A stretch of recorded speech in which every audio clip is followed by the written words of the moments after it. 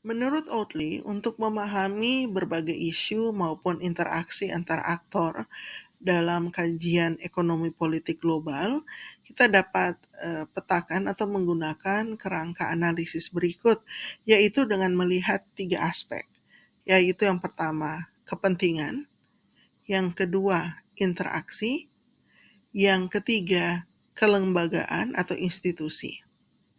Mari kita lihat yang pertama, yaitu kepentingan. Maksudnya di sini adalah kita mencoba memahami tujuan yang coba dicapai oleh setiap aktor yang terlibat. Maksudnya di sini adalah luaran atau hasil seperti apa yang para aktor ini, baik aktor negara maupun non-negara, ingin capai melalui aksi atau kegiatan politis dalam ranah ekonomi internasional atau global. Jadi di sana termasuk perdagangan, finansial, moneter. Tapi menarik untuk diperhatikan di sini seperti layaknya kajian yang lain di dalam hubungan internasional, kita mengakui bahwa aktor yang terlibat dalam hubungan internasional, baik aktor negara maupun aktor non-negara, pasti memiliki kepentingan. Bahkan kebanyakan permasalahan dalam hubungan internasional pada hakikatnya terjadi karena adanya perbedaan kepentingan yang tidak bisa dijembatani. Oleh sebab itu memang salah satu fungsi diplomasi, ini instrumen penting dalam hubungan internasional, adalah menjembatani berbagai kepentingan yang ada dalam ranah atau tataran internasional.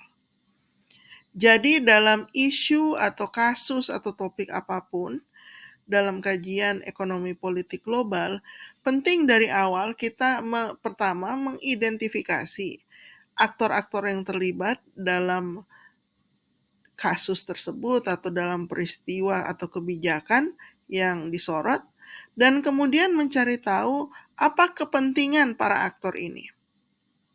Setelah itu kita bisa membandingkan aktor mana memiliki kepentingan yang mungkin sejalan, mana yang berbeda.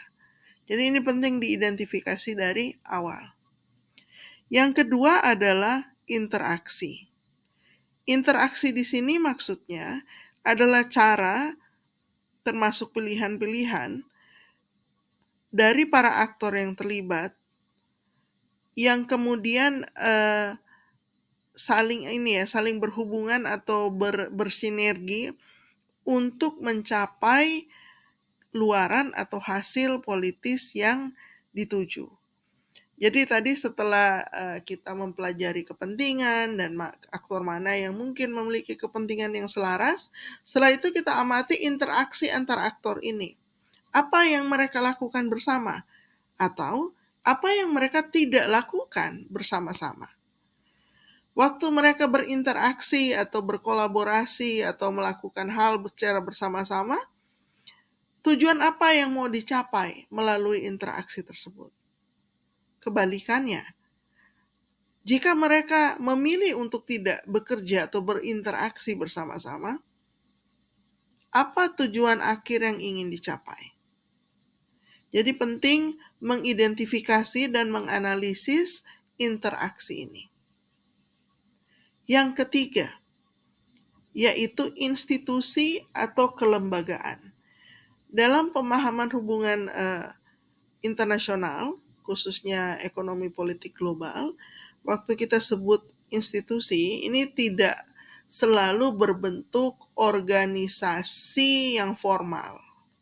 Misalnya PBB atau ASEAN, ini organisasi yang formal, di dalamnya jelas ada kepengurusan, ada norma dan nilai yang dijunjung bersama, ada tujuan yang ingin dicapai bersama. Tetapi makna kelembagaan atau institusi di sini bisa juga berbentuk non formal, di mana tidak ada organisasi kaku atau fix ya dengan susunan kepengurusan tertentu, misalnya G20.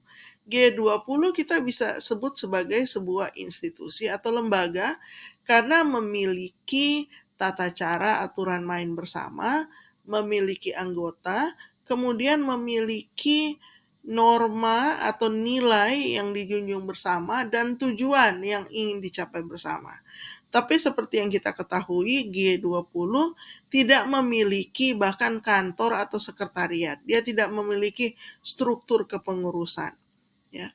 Jadi memang ini bukan sebuah organisasi formal, tetapi ini tetap kita sebut sebagai sebuah institusi. Karena tadi ada kesamaan norma, nilai, dan tujuan yang mau dicapai bersama.